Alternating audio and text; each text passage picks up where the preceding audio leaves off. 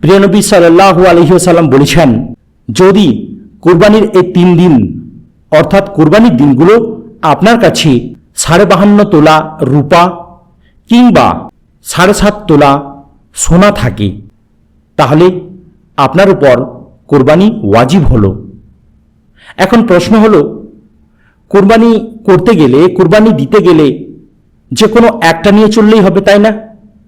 যদি 7.5 ভরি বা 7.5 তোলা সোনা আপনার কাছে থাকে, তাহলে কুরবানি করা আপনার উপর ওয়াজিব। অপরপক্ষে যদি 52.5 তোলা রূপা আপনার কাছে থাকে, তাহলেও আপনাকে কুরবানি দিতে হবে।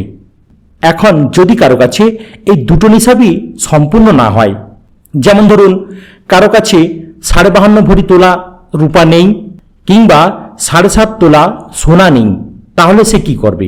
ফিকাহবিদদের মতে সোনা এবং রূপা যা পরিমাণ আছে দুটোকে মিলিয়ে যদি আপনার অর্থের পরিমাণ নিম্নতর, যেটা মানে 52.5 ভরি রূপার সমপরিমাণ অর্থ থাকে, তাহলে আপনাকে কুরবানি দিতে হবে। কথাটা পরিষ্কার করে বলে দিচ্ছি একটা আনুমানিক ক্যালকুলেশন হিসাবে। যেমন ধরুন 52.5 ভরি রূপার দাম আজকালে কত? 1 ভরি প্রায় 1000 টাকা, তাহলে 52.5 ভরি রূপা 52,500 টাকা। কিংবা বাজারের কম বেশি হওয়ার কারণে 50 থেকে 60,000 টাকা ধরলাম। এই 50 থেকে 60,000 টাকা যদি আপনার কাছে থাকে প্রয়োজনের অতিরিক্ত অর্থ হিসাবে, তাহলে আপনাকে কুরবানি দিতে হবে। আর যদি সোনার পরিমাণ ধরা হয়, তাহলে তো কোনো কথাই নেই। সোনার মূল্য অনেক গুণ বেশি, প্রায় এখন বাজার মূল্য 97,000 টাকা। সেই অনুসারে 7.5 ভরির দাম 7 বা 8 লাখের মতো কাছাকাছি।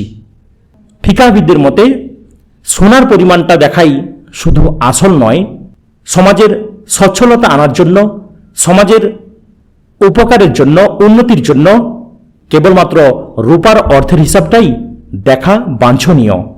যাক, যদি আপনার কাছে প্রয়োজনের অতিরিক্ত অর্থাৎ 50 থেকে 60,000 টাকা থাকে, তাহলে আপনি কুরবানি দেবেন। এবার একটা প্রশ্ন আসছে যে আমার কাছে সোনাও নেই, রূপাও নেই, আর টাকাও নেই, তাহলে আমি কি করব? আপনার কাছে যে সমস্ত সম্পত্তি রয়েছে, ধরুন আপনার 10 বিঘা জমি আছে, আপনার কাছে এখন টাকা নেই, সোনা নেই, রূপা নেই, সেই জমিতে ফসল আছে, সেই ফসলগুলো বিক্রি করলে দেখা যাবে ওই নিসাব পরিমাণ ছাড়িয়ে চলে গেছে, তাহলেও আপনাকে কুরবানি দিতে হবে।